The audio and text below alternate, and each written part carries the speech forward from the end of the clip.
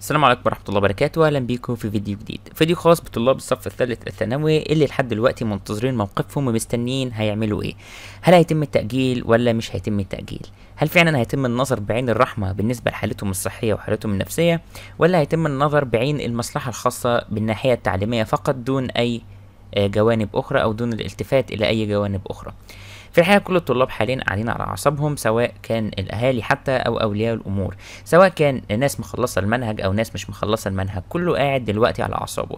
ناس مؤيدين لقرار التأجيل وناس معارضين لقرار التأجيل، في ظل الأحوال اللي احنا فيها وفي ظل ازدياد حالات الفيروس، وفي ظل كمان إن أرقام الجلوس بيتعلن عنها وكمان بتنزل بشكل رسمي، وفي ظل إن مفيش أي تصريحات حاليا. كل الطلاب منتظرين ومستنيين القرار النهائي والفاصل والحاسم اللي هيقول لهم هيمتحنوا في اول 7/6 ان شاء الله، ولا مش هيمتحنوا وهيتم التأجيل او الترحيل شوية واتخاذ اجراءات اكثر من اللازم او اكتر من كده، والخوف على مصلحة واعصاب ونفسية وصحة الطلاب. في الحقيقة الكل منتظر قرار يوم 15/5 ان شاء الله، هيتم الاعلان بشكل رسمي عن كل حاجة بخصوص الثانوية العامة. هيتم الاعلان عن موقف الثانوية العامة من التأجيل، كانت تتأجل ولا مش هتتأجل، ومش هتتأجل ايه المفروض تعملوه او ايه المفروض الاجراءات الاحتياطية المفروض تاخدوها، ولو هتتأجل هيتم الاعلان عن الموعد اللي هتتأجل فيه بقى، او هيتم ترحيلها لحد امتى، او هيتم اتخاذ البدائل بشكل مناسب ازاي، وهل هيبقى في دور تاني ولا مش هيبقى في دور تاني، وهيتم التنسيق والتوافق بين التنسيقات والامتحانات والدور التاني والكلام ده كله ازاي. من رؤيتنا الشخصية ومن الرؤية التعليمات أو الحاجات اللي بتحوم حوالين الوزارة والحاجات اللي بتوصل في رئاسة الوزراء والكلام ده كله، إن الامتحانات في طريقها إلى الإقامة، يعني هم مش هيلتفتوا لأي حاجات أو أي ضغوطات أو أهالي أو أيا كان من أي ناحية، وهيقيموا الامتحانات في الميعاد الطبيعي اللي هو 7/6.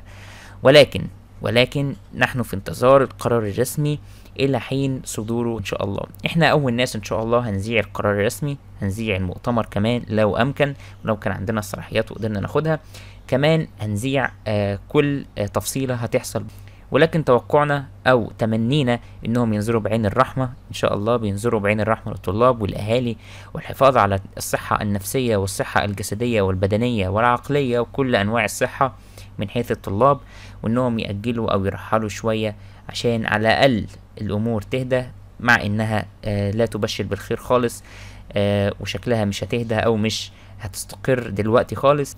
فالحل هو من وجهة نظرهم انهم يقيموها وخلاص. ان شاء الله هننزل لكم كل حاجة جديد بكرة، الموقف والموعد الحاسم لإعلان موقف الثانوية العامة النهائي. اشترك في القناة وفعل زر الجرس عشان يوصلك الخبر بكرة ان شاء الله اول واحد.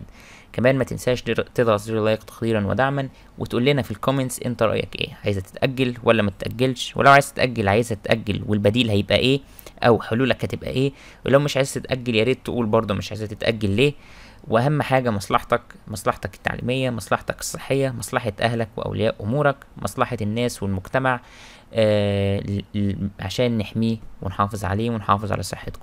نشوفكم فيديوهات جاية ان شاء الله باخبار كويسة واخبار مفرحة ومبشرة. السلام عليكم ورحمة الله وبركاته.